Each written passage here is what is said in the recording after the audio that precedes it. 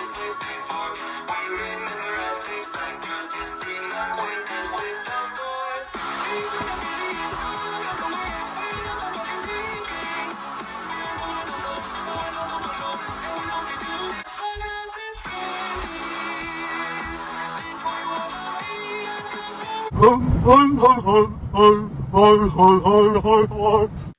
and I are getting into the Five Nights at Freddy's lore. Honestly, I'm pretty excited about it. I don't know anything about it other than my brother used to play it. So Ash and I are going to see it the day it comes out. We're very excited to see it. Oh my god, an hour? A short introduction to Five Nights at Freddy's. 8 hours? A short introduction. What? Guys, I was super excited to download Five Nights at Freddy's, but then I found out it's $3 or $4 on the App Store. Guys, I want to buy it. I'm not gonna cap it, I want to buy it, but like, am I ever gonna play after this again? Hi everybody, good morning. Today I'm gonna start my Five Nights at Freddy's research for the Five Nights at Freddy's research video. So Eden and I are going to be seeing the Five Nights at Freddy's movie on Friday. Five Nights. Hello internet, welcome to Game Theory. Eyes on me. Film Theory, Five Nights at Freddy's videos. The playlist that I found has like 80 something or 90 something videos on it, which is insane. But I guess that's kind of what he does. So I watched like 3 of them, but what I've learned is there's kids in the animatronics. There's Freddy's Diner, and then there's like Freddy Fazbear's Pizza after that. There's a phone man, there's a purple man, there's a golden one, and there's you, and it is actually a little scarier than I thought, but I don't know if that's just MatPat, because he scares me. No, he doesn't. Yes, okay, tomorrow I will come back, and at some point, yeah, I do want to get the game, but Eden was like saying that she doesn't want to buy it, and I don't want to buy it either. So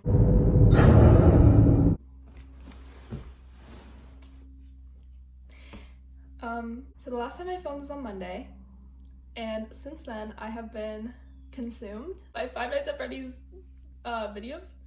Well, Film Theory has like 94 videos or something, so I've watched I think 10, and he was kind of figuring it out as it was going along, so I took a break from that. I watched Wendigoon's video on it, like the full timeline from a year ago, and then I went back to watch the first like timeline video that Mr. MatPat did, and then it started back in the 30s, and I was like, okay, I didn't know any of this, because he was just talking about games, and I think that was from comics or something.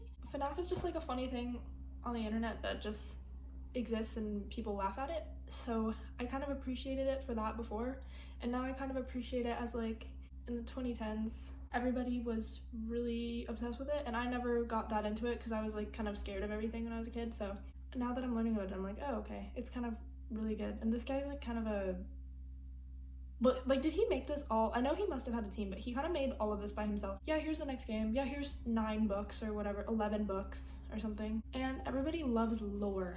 When I was growing up, I loved MatPat because it's interesting, and everybody can come together and like talk about things that they like, which is cool, because I think that was probably before the internet got really bad, because today it's not good, but in those days it was like a little less harmful, I think. Like, not maybe, but here's my understanding of the Five Nights at Freddy's timeline lore.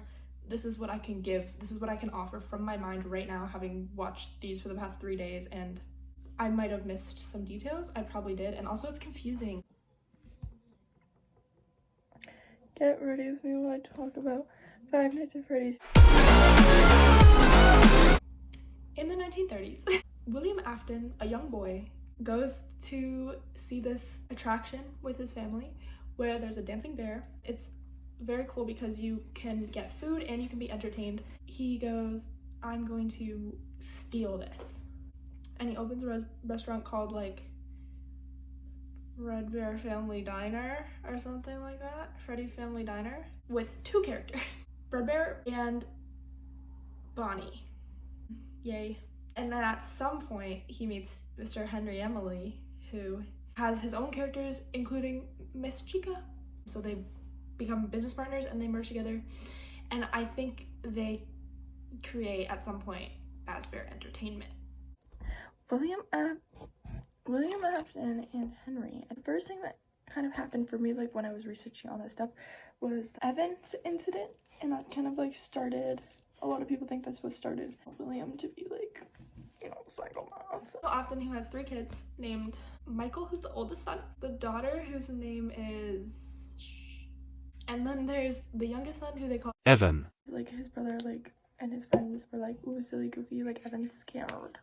So they, he's scared of the animatronic, so they brought him up to the animatronic. which are shown in mini games, okay? They take him and they're like, oh, it would be so funny right now if we put it Evan. into the mouth of the Golden Freddy, Mr. Freddy Bear.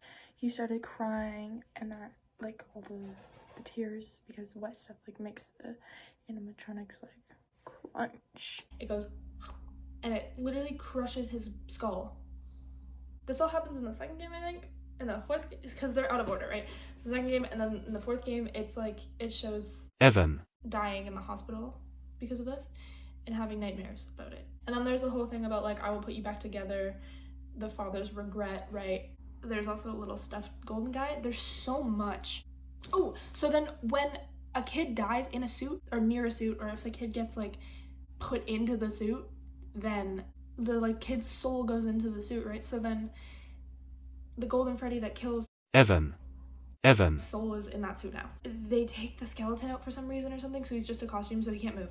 Oh, so there's Golden Freddy, Fredbear, there's Foxy, Bonnie, Chica, and Freddy Fazbear. Sister Location, I think, is the next one that follows. He builds new ones, which are called the Funtime ones, the Funtime animatronics. They're built basically so that he can trap another kid, so that he knows what happens when a kid gets its soul put in an animatronic.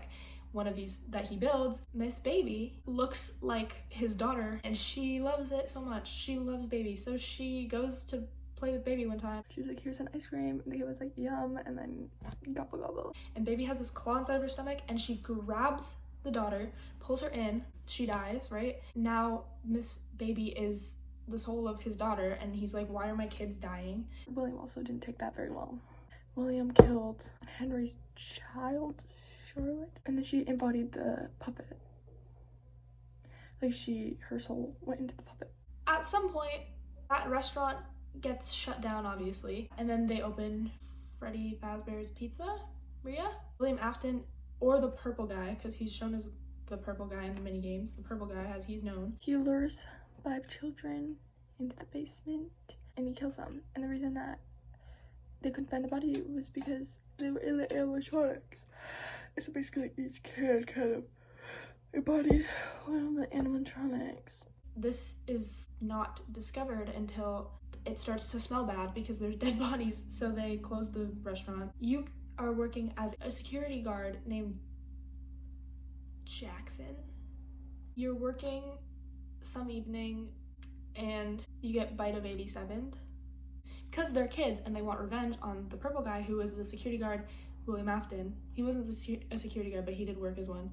You look like this because you're in the security suit. They're like, oh, this is the guy that we need to get frontal lobe bitten off, the bite of 87. Then there's new security guards, Michael, who you might remember, Mr. Afton's son. Who else would take this job and come back willingly after all this shit is happening to get revenge? We know who wants revenge because he wants answers and he wants to know what happened to his siblings. Oh, also, duh, at some point they do get the purple guy, William Afton. They chase him around. He's scared. He goes into the Golden Bonnie suit, which is his favorite. These suits are spring locked, so they are animatronics, but they can open to let a person go into them as a costume. Mr. William had a fatality because he was like, ha ha ha, laughing at the children, and the children were like, this isn't funny, ha ha. The springs on the spring trap suit, that's what the kids are calling it. Basically just went and basically he embodied Springtrap. and he possesses that suit now. He's now Golden Bonnie. This is, do you see this?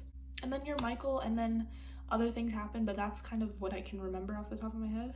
William, like, burn, like, one of the places down. I literally don't know in chronological order all the places, so I'm gonna say place. He burned it down to, like, free the souls of the people, and then I remember that was, like, during Michael's time, when he was, like, the main person you were playing as. I remember, like, the phone guy and the security guard, like off the top from memory, I really just can't get into it.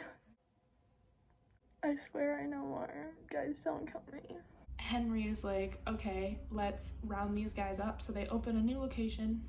The place closes and shuts down and reopens a bunch of times. And the plan is from Henry to draw all of these, like, dead children inside of animatronics back to the place, draw them back in, and then there's, like, a final showdown, and something happens. The souls are freed or something, and then there's, like, one more thing where you can choose your own adventure, and then it's over.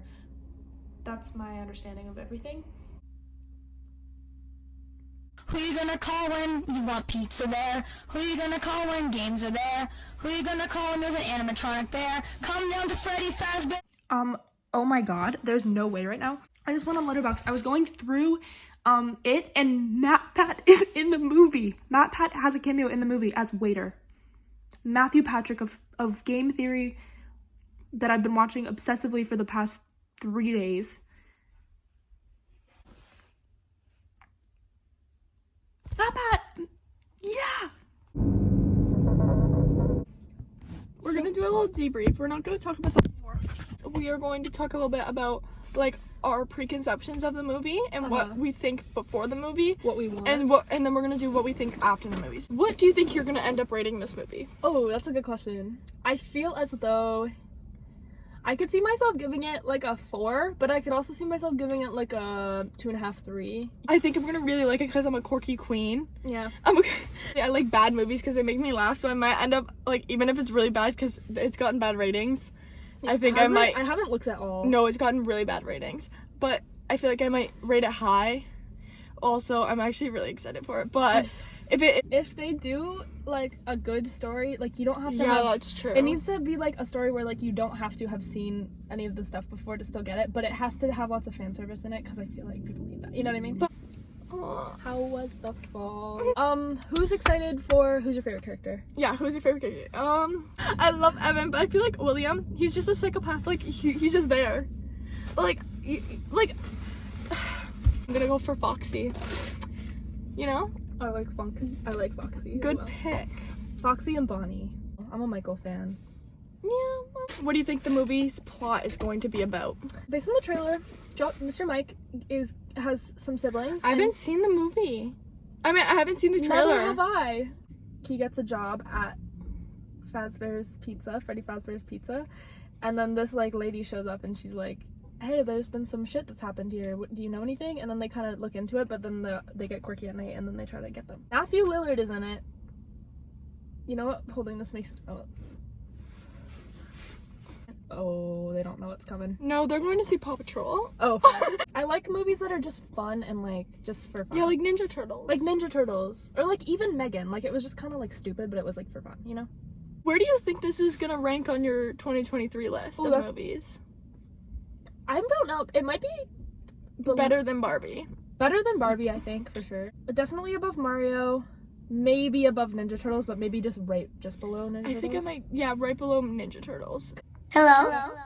Hi. We'll see you later. Bye. How nice of Freddy!